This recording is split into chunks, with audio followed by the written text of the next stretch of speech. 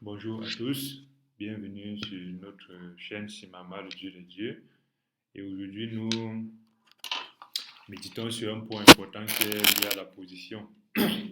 La position, ça veut dire quoi? Ça veut dire que généralement, avec Dieu, lorsque nous cheminons, euh, nous faisons beaucoup de choses.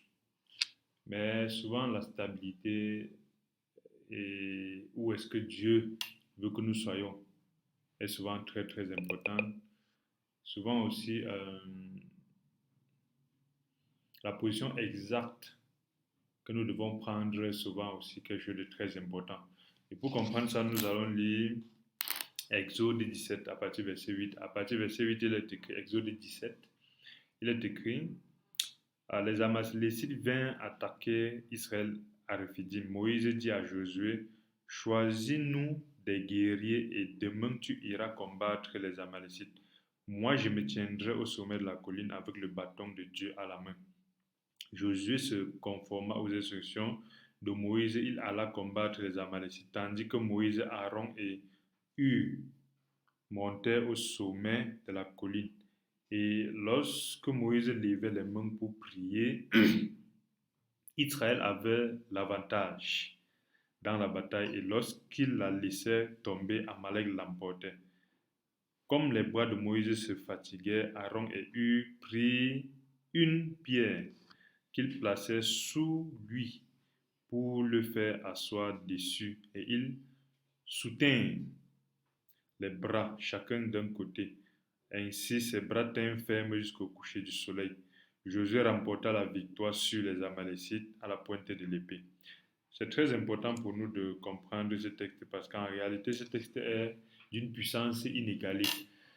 C'est vrai que ce texte est utilisé par des religieux, par ces gens-là qui veulent mettre sur pied des systèmes hiérarchiques, des systèmes du clergé religieux, des systèmes où des gens vont être marchés sur la tête des autres, où des gens vont être des intermédiaires entre les brebis et Jésus-Christ. Les gens vont être des intermédiaires entre la vie spirituelle des autres, où ils disent que je suis ton Moïse, je suis ton prophète, je suis ton Élie, je suis ton ceci.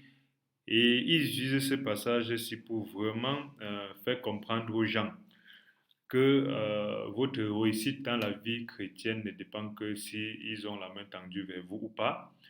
Votre échec dépend s'ils ont la main baissée vers vous ou pas. Ce sont justement des éléments de maraboutisme chrétien, justement parce que Jésus-Christ est le seul intermédiaire entre nous et Dieu. Et si nous sommes entrés en Jésus-Christ, nous avons dans la victoire indépendamment d'un homme et indépendamment de nous-mêmes. Si nous sommes effectivement entrés en Jésus-Christ.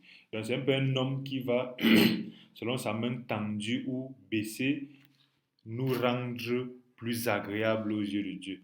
Mais l'ignorance crée justement ce système de dogmatisme et de sectes religieuses où des gourous se mettent à s'établir comme centre spirituel de certaines personnes.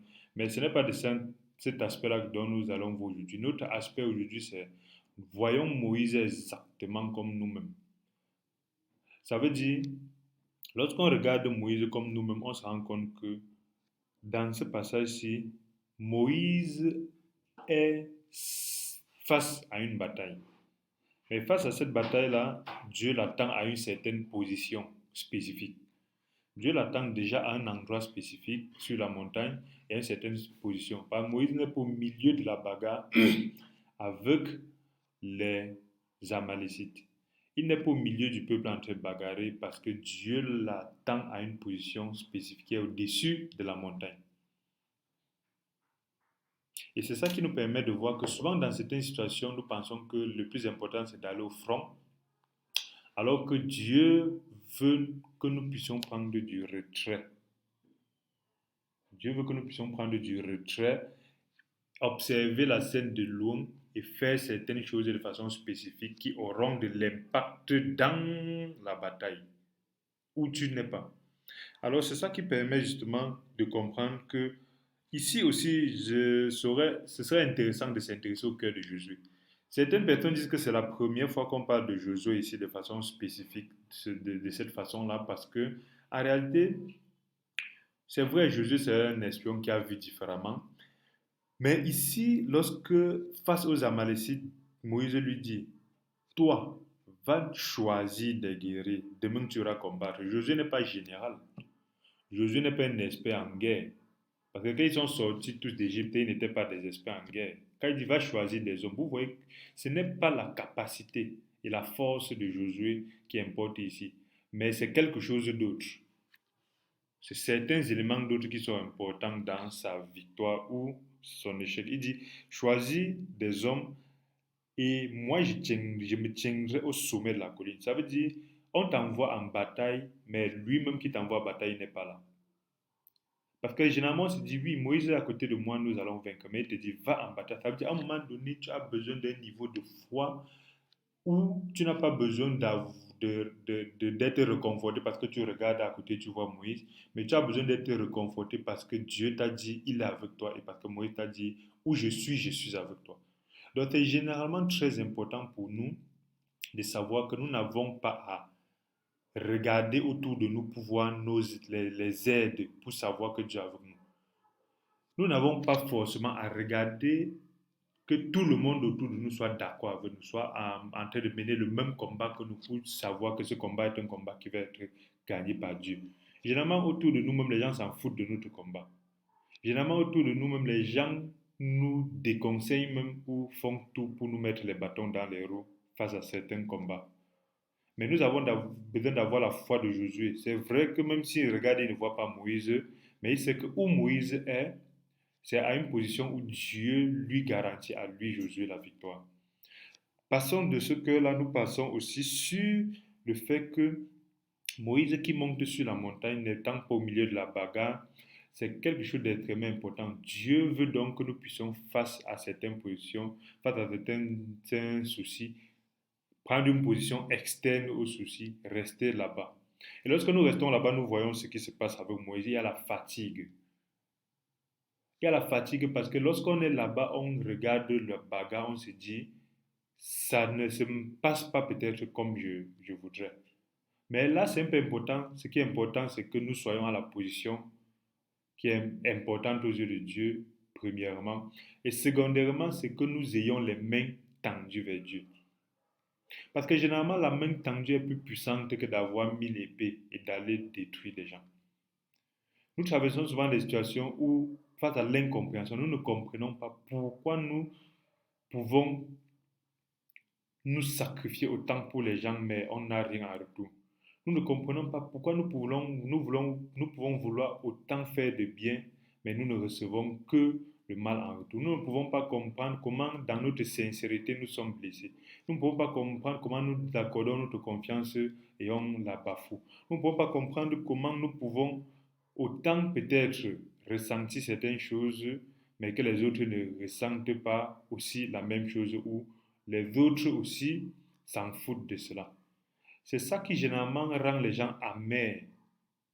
Mais face à cette méditation sur la position, nous devons comprendre que au-delà de l'amertume, il est important de ne pas aller dans l'aspect religieux, mais de se dire, Dieu, montre-moi la position où tu veux que je sois. Montre-moi la position que tu veux que je prenne. Montre-moi aussi, permets-moi aussi d'avoir les mains tendues. Parce que les mains tendues sont signes de prière. Les mains tendues sont signes de j'attends de Dieu. Les mains tendues sont signes de Dieu aide-moi. Les mains tendues sont signes de je suis incapable. Les mains tendues sont signes de si j'ai les mains vides. Si tu ne le fais pas, je ne pourrai pas faire. Et lorsque Dieu nous voit continuellement à cette position-là, il ne peut pas s'empêcher de travailler. Mais lorsque nous baissons la garde, nous baissons les mains, par cause de faiblesse, par cause de euh, fatigue. Heureusement aussi, Dieu met toujours à côté de nous des gens qui sont capables de nous relever. Le Saint-Esprit toujours nous parle, les gens autour de nous, il y a toujours quelqu'un que Dieu va envoyer pour nous donner un réconfort. Et pour Moïse et Aaron ici, pour Moïse ici, il s'agissait de Aaron et Hur. Ça veut dire, il ne savait pas de prêcher seulement que l'issue de la bataille dépend de la position, mais il s'agit de comprendre que nous aussi, nous devons, face à certaines batailles, aller dans certaines positions spécifiques et tendre les mains vers Dieu de façon spécifique. C'est très important.